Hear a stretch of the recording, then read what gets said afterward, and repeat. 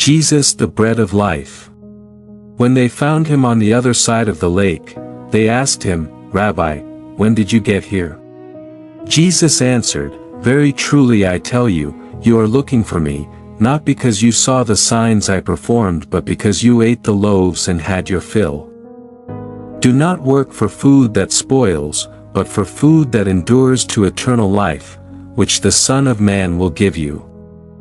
For on him God the Father has placed his seal of approval." Then they asked him, "What must we do to do the works God requires?" Jesus answered, "The work of God is this, to believe in the one he has sent." So they asked him, "What sign then will you give that we may see it and believe you? What will you do? Our ancestors ate the manna in the wilderness, as it is written, he gave them bread from heaven to eat." Jesus said to them, "Very truly I tell you, it is not Moses who has given you the bread from heaven, but it is my Father who gives you the true bread from heaven. For the bread of God is the bread that comes down from heaven and gives life to the world." "Sir," they said, "always give us this bread."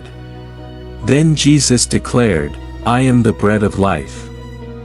Whoever comes to me will never go hungry, and whoever believes in me will never be thirsty. But as I told you, you have seen me and still you do not believe. All those the Father gives me will come to me, and whoever comes to me I will never drive away. For I have come down from heaven not to do my will but to do the will of him who sent me.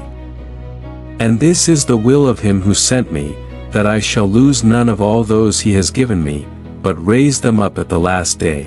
For my Father's will is that everyone who looks to the Son and believes in him shall have eternal life, and I will raise them up at the last day." At this the Jews there began to grumble about him because he said, "I am the bread that came down from heaven." They said, "Is this not Jesus, the son of Joseph, whose father and mother we know? How can he now say, 'I came down from heaven'?" "Stop grumbling among yourselves," Jesus answered. "No one can come to me unless the Father who sent me draws them, and I will raise them up at the last day. It is written in the prophets, they will all be taught by God. Everyone who has heard the Father and learned from him comes to me. No one has seen the Father except the one who is from God, only he has seen the Father. Very truly I tell you, the one who believes has eternal life. I am the bread of life.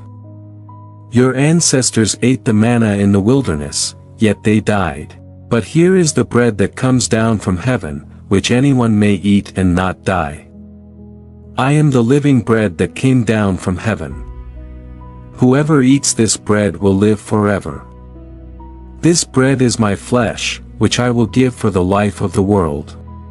Then the Jews began to argue sharply among themselves, "How can this man give us his flesh to eat?" Jesus said to them, "Very truly I tell you, unless you eat the flesh of the Son of Man and drink his blood, you have no life in you.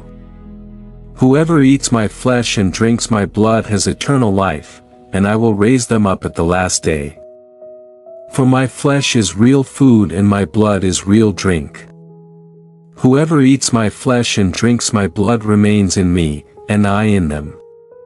Just as the living Father sent me and I live because of the Father, so the one who feeds on me will live because of me. This is the bread that came down from heaven. Your ancestors ate manna and died, but whoever feeds on this bread will live forever." He said this while teaching in the synagogue in Capernaum. On hearing it, many of his disciples said, "This is a hard teaching.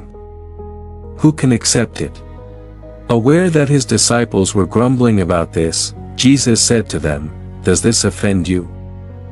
Then what if you see the Son of Man ascend to where he was before? The Spirit gives life, the flesh counts for nothing. The words I have spoken to you, they are full of the Spirit and life. Yet there are some of you who do not believe." For Jesus had known from the beginning which of them did not believe and who would betray him. He went on to say, This is why I told you that no one can come to me unless the Father has enabled them." From this time many of his disciples turned back and no longer followed him. "You do not want to leave too, do you?" Jesus asked the 12. Simon Peter answered him, "Lord, to whom shall we go? You have the words of eternal life. We have come to believe and to know that you are the Holy One of God." Then Jesus replied, "Have I not chosen you, the 12? Yet one of you is a devil." He meant Judas, the son of Simon Iscariot, who, though one of the 12, was later to betray him.